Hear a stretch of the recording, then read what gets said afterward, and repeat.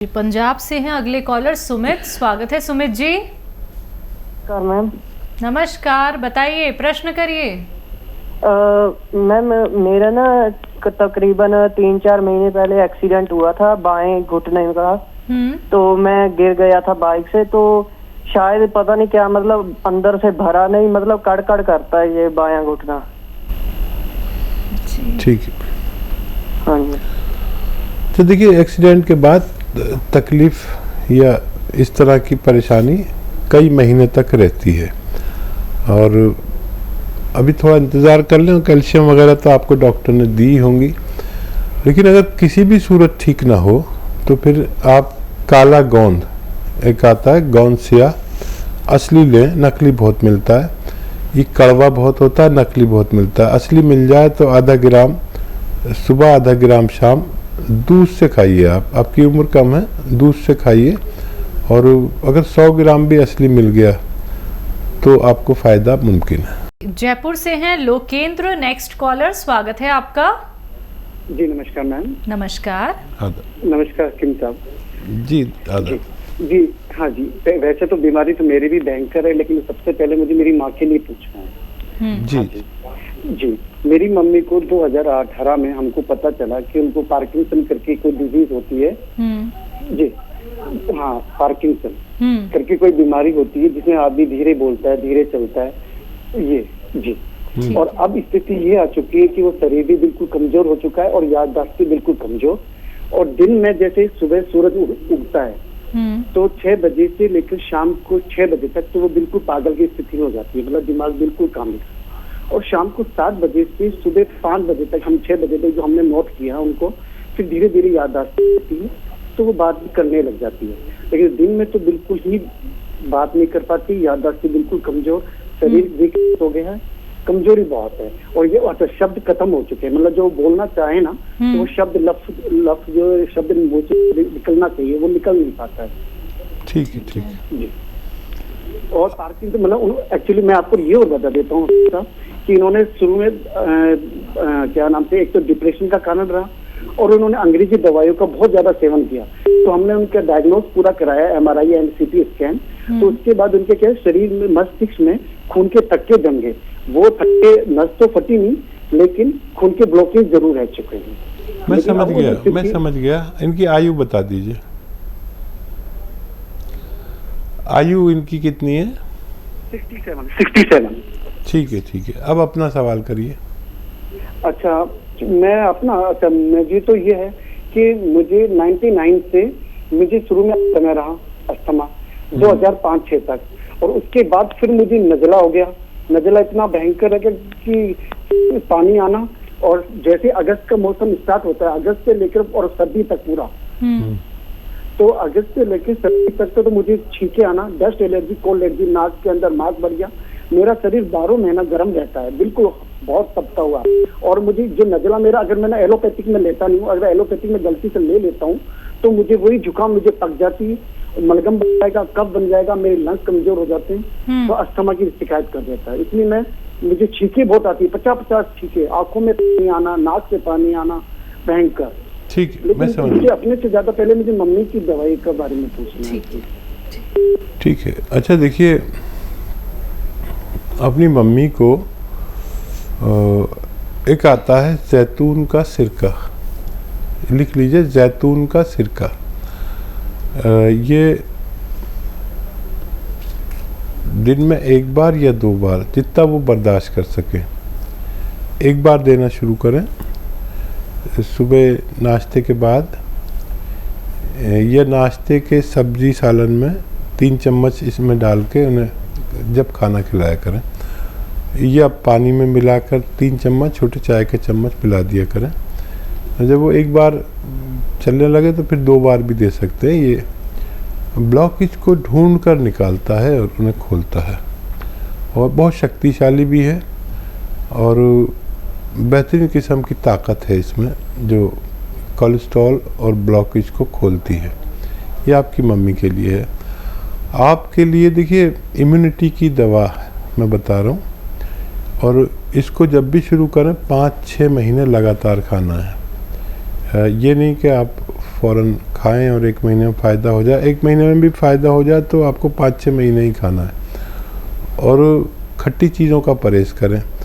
माजून are care सुबह खाली पेट, नहार मुझे जिसे कहते हैं, गर्म पानी से लें और रात को सोते वक्त। और ये आपको लगातार अगर शुरू करें तो 5-6 महीने खाना ही है।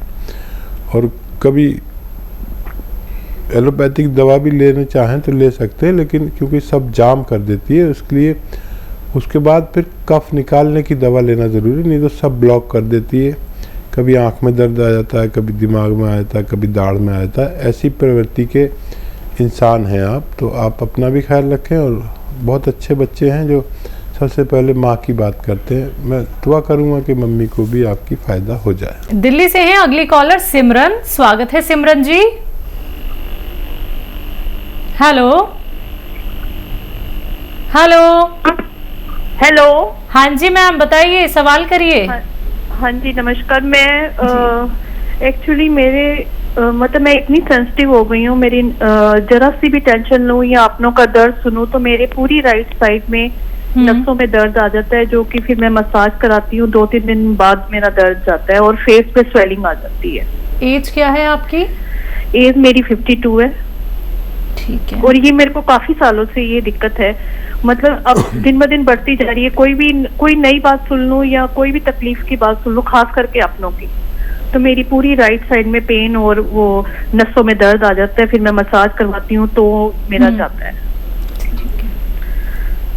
सिमरन, आपको किडनी का टेस्ट कराना चाहिए। वैसे किडनी का टेस्ट करा लें, किडनी फंक्शन का, तो बहुत अच्छा है। वैसे मैं नुस्खा तो बता रहा हूँ, आपकी तमाम नसों को मजबूत करता है, दर्द से निजात दिलाता है। और मैं एक प्रोग्राम में 5-5, 6-6 बार बताता हूँ ये नुस्खा, क्योंकि लोगों को इतना फ़ायदा होता है और मेरी बड़ी इज्जत बन जाती है। और लोग मुझे इसी नाम से जानते हैं कि मैं घरेलू नुस्खे बताता हूँ। देखिए, 500 ग्राम अलसी लीजिए, अलसी 500 ग्राम, उसको हल्का सा भून के पाउडर बना लीजिए।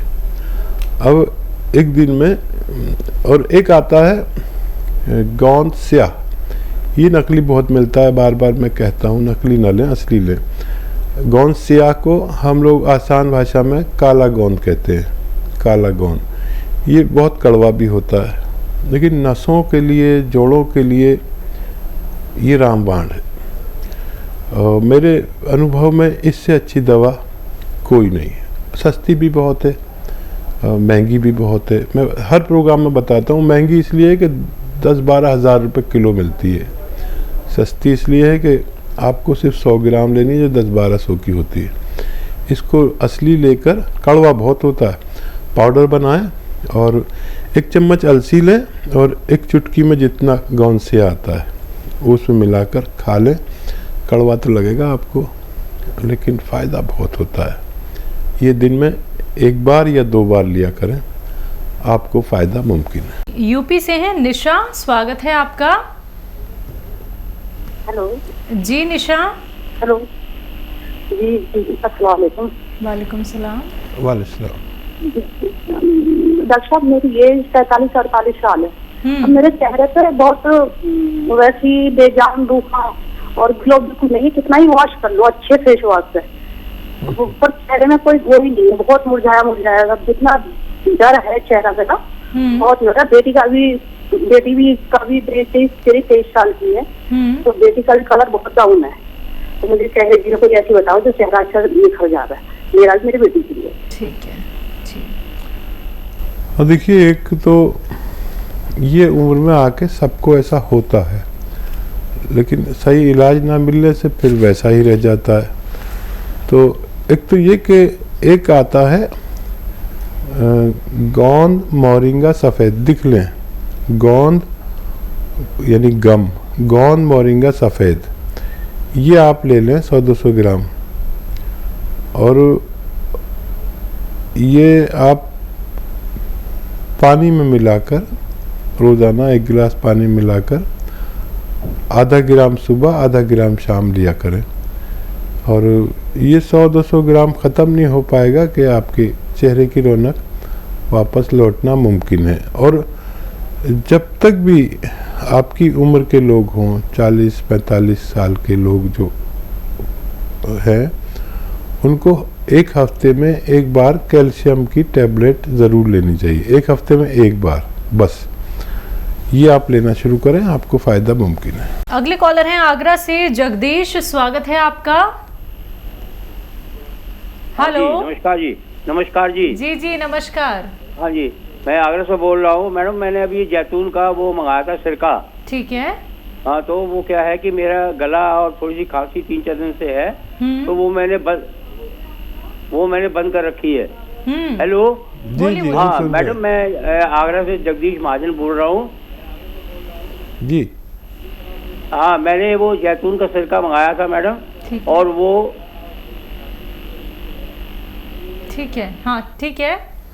तो वो मैंने अब क्या किया, 3-4 दिन के लिए बंद कर दिया हुआ है। ठीक है। तो मैडम उसको अब क्या करूँ, चालू करूँ या वो गले में थोड़ी खराश सी रहती है? अच्छा, इसका इलाज कर लीजिए। एक मौसम बदल रहा है तो किसी के भी गले में खराश, खांसी, बलगम, छींकें हो सकती हैं, और उसके बाद इसे शुरू करना। और अगर फिर भी आपको ठंडा लगे, कुछ लोगों को ठंडा लगता है, ये कुछ लोग ठंडी प्रवृत्ति के होते हैं, तो इसमें लहसुन और अदरक का जूस मिला लें। आधा लीटर लहसुन का जूस निकालें और अदरक का इसमें मिला दें, फिर आप इस्तेमाल करेंगे तो आपको ये परेशानी नहीं होनी चाहिए। आइए बात कर लेते हैं अगले कॉलर से। आशा है लखनऊ से, स्वागत है आपका। हमको कमर में बहुत दिक्कत है, जो बीच वाली रीढ़ की हड्डी वो नहीं होती, बीच वाली रीढ़, हाँ, उसकी नीचे वाली जो हड्डी बढ़ गई है, तो हम बैठ नहीं पाते और गांठिन से पैरों से भी नहीं चल पाते। पैर गांठियों में सूजन है पैरों में हमारे, और हमको दर्द बहुत रहता। हम खड़े खड़े नहाते हैं, हम बैठ बिल्कुल नहीं पाते हैं, और चलने में लेटने में कम होती है। गांठियों में पैरों में सूजन है, और कमर से हम परेशान हैं बहुत ज्यादा। और एक्सरा सब कराए थे, तो उन्होंने कहा कि माने आपकी हड्डी नीचे की बढ़ी हुई है, जो नीचे का दूसरा तीसरा गुटके जो हैं रीढ़ की हड्डी के, वो बढ़े हुए हैं। इस वजह से हमको बहुत ज्यादा कमर से नीचे हम माने बेकार समझिए आप। खड़े खड़े आज 6 महीना से हम नहा रहे हैं और बैठ नहीं बिल्कुल पाते हैं, और पैरों में खट खट चलते हैं तो खट खट की आवाज होती है। हम चल भी ज्यादा नहीं पाते हैं, और बैठ तो बिल्कुल ही नहीं पाते हैं। जैसे तखत पे है, माने चुतरे के बल बैठ पाते हैं, रीढ़ की हड्डी में बहुत ज्यादा हमें तकलीफ है। ठीक है, ठीक है, इसलिए हम परेशान। उम्र क्या है आपकी? 65। तो देखिए, ये डॉक्टर ने सही बताया है कि डिस्क में प्रॉब्लम है। जो डिस्क होते हैं, कमर की रीढ़ की हड्डी के डिस्क होते हैं, वो बढ़ते कभी नहीं हैं, वो सरक जाते हैं ज़रा से। और ऐसे लोगों को ऐसा कुर्सी वाला बाथरूम चाहिए, जो लैट्रिन बाथरूम चाहिए, कुर्सी वाला चाहिए। वेस्टर्न टॉयलेट इसे कहते हैं। सबसे पहले तो वो लगवा लें, अगर नहीं है घर में, है तो बहुत अच्छा है, ठीक है। और एक या तो लीजिए आप गोंद सियाह, एक आता है काला गोंद, ये दुनिया की बड़ी मशहूर दवा है, लेकिन नकली भी लोग बहुत देते हैं। हमारे मुल्क में बहुत लोग नकली देते हैं, असली लेना आपकी जिम्मेदारी है। और ये मिल जाए असली तो इसे काला गोंद कहते हैं, हम लोग गोंद सियाह कहते हैं। काला गोंद आधा ग्राम सुबह नाश्ते के पश्चात, आधा ग्राम शाम को खाने के बाद पानी से लें, और सब्र करें। 5-7 दिन के बाद आपको फ़ायदा शुरू होना चाहिए। 10 दिन भी हो जाएं तो सब्र करते रहें, और बिल्कुल वज़न ना उठाएं, मेहनत नहीं करें। और अगर ये आप 100-200 ग्राम खरीद लेंगे, लेकिन ये कड़वा बहुत होता है, नकली बहुत मिलता है। असली लेने की जिम्मेदारी आपकी है, आपको फ़ायदा मुमकिन है। अगले कॉलर हैं हरियाणा से सुरेश जी, स्वागत है आपका। हेलो। हाँ जी, बताइए। हाँ मैम, मेरे को डॉक्टर साहब से बात करनी थी। बात कीजिए। जी सुरेश जी, आदाब सर। सर बोल रहा था ना कि मेरा उम्र 42 साल है, और शुगर से 250 के एवरेज में रह रहा है, 200 से 250 के बीच में। तो सिर्फ इसको कंट्रोल करने के सर बता दीजिए। देखिए, शुगर तो कंट्रोल रह सकती है, हर शख्स की रह सकती है, लेकिन याद रखें, मैं वो नहीं कह रहा कि आप वो दवा छोड़ दें, वो दवा ज़रूर खाएं। और एक आता है जैतून का सिरका, जैतून विनेगर कह लीजिए, जैतून का सिरका, ये ज़रा मुश्किल से मिलता है। कोई तकलीफ़ हो तो हमारे यहाँ भी आप कांटेक्ट कर सकते हैं। ये एक लिक्विड है जो 3 चम्मच सुबह, 3 चम्मच शाम, नाश्ते और रात के खाने के पश्चात पानी में मिलाकर पीना है। आप इसे शुरू करें और फिर आप अपनी शुगर टेस्ट करें। आपको बहुत ज़्यादा आश्चर्य होगा कि आपकी शुगर जो किसी सूरत कंट्रोल नहीं हो रही थी वो होने लगी। भोजन कम किया करें, 4 रोटी खाते 2 रोटी खाया करें, चाहे फिर 3-4 घंटे बाद फिर खा लें, फिर 3-4 घंटे बाद फिर खा लें, लेकिन भोजन कम करें और किस्तों में खाएं भोजन।